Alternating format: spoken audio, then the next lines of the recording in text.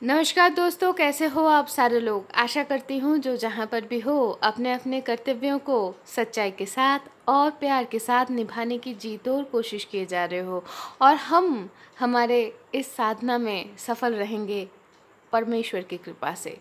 इसी शुभ आशीष और इसी शुभ आशा को ही हम अपने साथ रख के चलिए आगे बढ़ते हैं। आशा करेंगे कि यही शुभ आशीष से परमेश्वर हमें आलोकित करें। तो आज हम चलिए जान लेते हैं थोड़ा सा कितना हिसाब है। तो आज की जो कविता है जिसकी लेखक हैं श्री तीनकोरी पात्रो, उस कविता की शीर्षक है हिसाब। तो इसको हिंदी की तरह प्रोनाउंस करके देखते हैं, उच्चारण करके देखते हैं, हिसाब। तो चलिए जान लेते हैं कितना हिसाब बाकी है और कितना हम चुका चुके हैं, है ना। तो चलिए शुरू करते हैं। हिसाब, लेखक श्री तीनकोरी पात्रो। जिज्ञासु मन हिसाब चाहता है दिन ढलने के बाद, इसलिए सब ये मन रह गया है उस लॉग बुक में, जहाँ पर हर रोज़ की सब कुछ लिखा हुआ है। जमा, खर्च, डेबिट, क्रेडिट, उधार, कहाँ कितना और किस लिए, क्या पाया और क्या खोया रास्ते चलते। सीधी रास्ते पे चलकर कितना क्रेडिट हुआ, कितना डेबिट, सिर्फ प्यार करके। सत्य वचन से कितना क्रेडिट हुआ और प्यार से क्या मिला, कितना क्रेडिट चला और क्या पाया इस सीधे रास्ते में चलने से। मिलाने बैठा था क्या लिखा हुआ है उस लॉग बुक में। कभी तो चोर को साधु नहीं कहा है और कभी साधु को चोर नहीं। इससे क्या हुआ, कितना दुर्भोग या अमानविक थप्पड़ चुप होने से। अच्छा, सत्य वचन से क्या हुआ है अभी?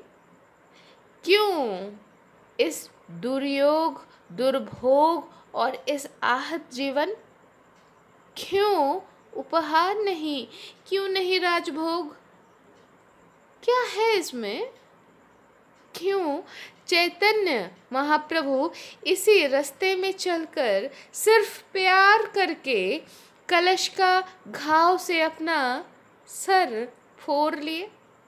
क्यों ईसा मसीह चढ़े थे क्रूस में सब कुछ समझकर?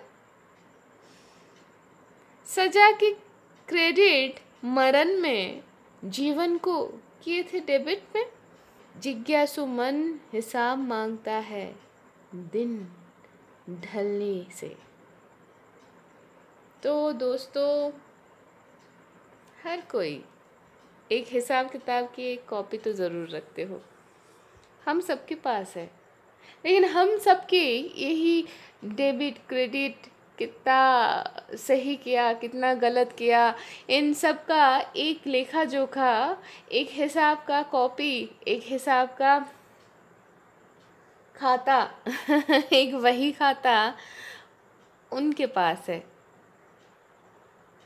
जहाँ पर वो नाप नाप के देख रहे हैं कब क्रेडिट और डेबिट दोनों ही शून्य हो जाए, है ना।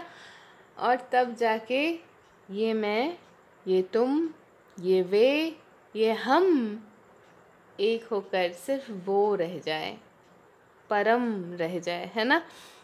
तब जाकर डेबिट और क्रेडिट दोनों ही झोली शून्य में होगा। शून्य से आए हैं, शून्य में ही जाएंगे, और जो कुछ बना है शून्य में ही। तो पाप और पुण्य दोनों शून्य होना है। हिसाब तो इसी चीज़ का है। तो चलिए दोस्तों, अभी उनके पास ही हमारा हर एक का जो वही खाता है उनको ही रखने देते हिसाब। बाकी तो हम सब चलते जाते हैं। उस चलने के झोंक में, उसी चलने के आवेश में हम कभी कुछ अच्छा कर जाते हैं, तो कभी कोई गलती, तो कभी कोई बुरा, और कभी कुछ अन्याय। वो लेखा जोखा तो उनके पास है।